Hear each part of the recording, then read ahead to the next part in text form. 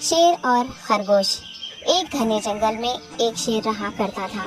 وہ تمام جنگل کا بادشاہ تھا، لیکن وہ بادشاہ جیسے پیش نہیں آتا تھا۔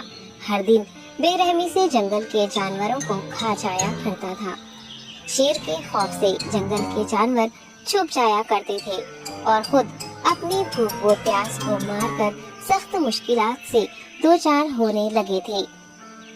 اس طرح کچھ دن بعد جنگل کے تمام جانور ایک مقام پر جمع ہوئے اور شیر کے شر سے محفوظ رہنے کے لیے سب مل کر رائے مشورہ کرنے لگے۔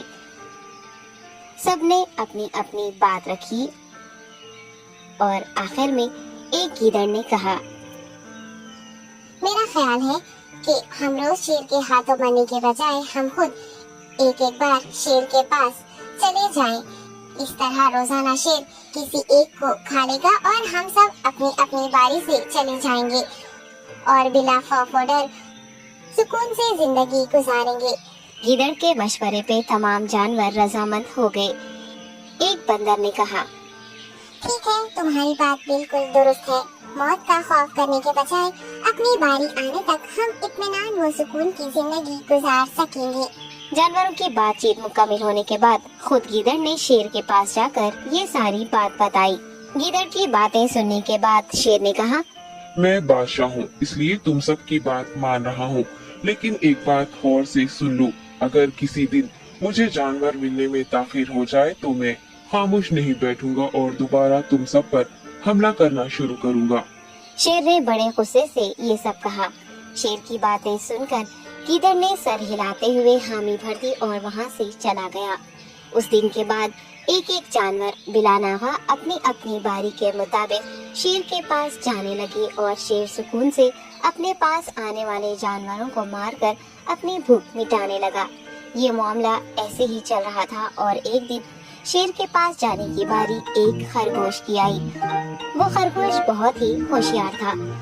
اسے شیر کے پاس جانا منظور نہیں تھا اور اس نے اپنے ساتھی جانوروں کو بے رحمی سے مارنے والے شیر کو سبق سکھانے کی ٹھان لی اور ایک اچھی تدبیر نکال کر آہستہ آہستہ شیر کی گفا کے پاس پہنچ گیا۔ تاخیر ہو جانے سے شیر کافی غصے میں تھا اور خرگوش کو دیکھ کر غصے سے کہنے لگا، میں نے تم سب کو پہلے ہی کہہ دیا تھا، دیر ہو جائے تو میں خاموش نہیں بیٹھوں گا۔ تم نے وعدہ خلافی کی ہے، اس لیے میں جنگل جا کر من چاہے جانور کا شکار کر کھا جاؤں گا۔ تب خرگوش نے شیر سے کہا، معاف کر دیجیے بادشاہ، سلامت غلطی ہو گئی اور اس کا ایک واجب سبب ہے۔ اطمینان رکھیے، میں بیان کرتا ہوں، آپ سنیے اور اس کے بعد آپ آرام سے مجھے مار کر کھا لیں۔ شیر نے پھر غصے سے کہا، وہ کیا بات ہے، جلدی بتاؤ۔ خرگوش نے کہا، بادشاہ سلامت، میں آپ کے پاس آ رہا تھا اور راستے میں مجھے ایک شیر مل گیا اور مجھے مارنے کے لیے آگے بڑھنے لگا۔ میں نے آپ کی بہادری کی بات اس شیر کے سامنے رکھی، لیکن وہ شیر آپ کے بارے میں بہت برا بھلا کہنے لگا۔ یہ سن کر میں نے غصے سے کہا، تم ہمارے جنگل کے نہیں ہو، ہمارے بادشاہ کے بارے میں ایسی باتیں مت کہو۔ یہ سن کر وہ شیر مجھ پر حملہ کرنے کے لیے تیار ہو گیا۔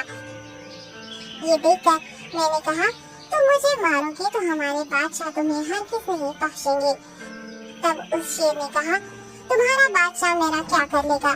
میں نے کئی ہاتھیوں کو اپنے پنجے سے مار کے لایا ہے۔ تمہارا بادشاہ ہو یا کوئی اور ہو، میرے ہاتھوں بچ نہیں سکتا اور میرے سامنے کوئی ٹک نہیں سکتا۔ میں اسے ختم کروں گا۔ یہ سب بدتمیزی کرنے لگا۔ میں نے اس شیر سے کہا، تم ہمارے بادشاہ سے آ کر بات کرو۔ تب اس نے فخر سے کہا، میں کیوں آؤں؟ تمہارے بادشاہ میں دم ہے تو اسے ہی یہاں لے کر آؤ۔ یہ کہہ کر مجھے دبانے لگا۔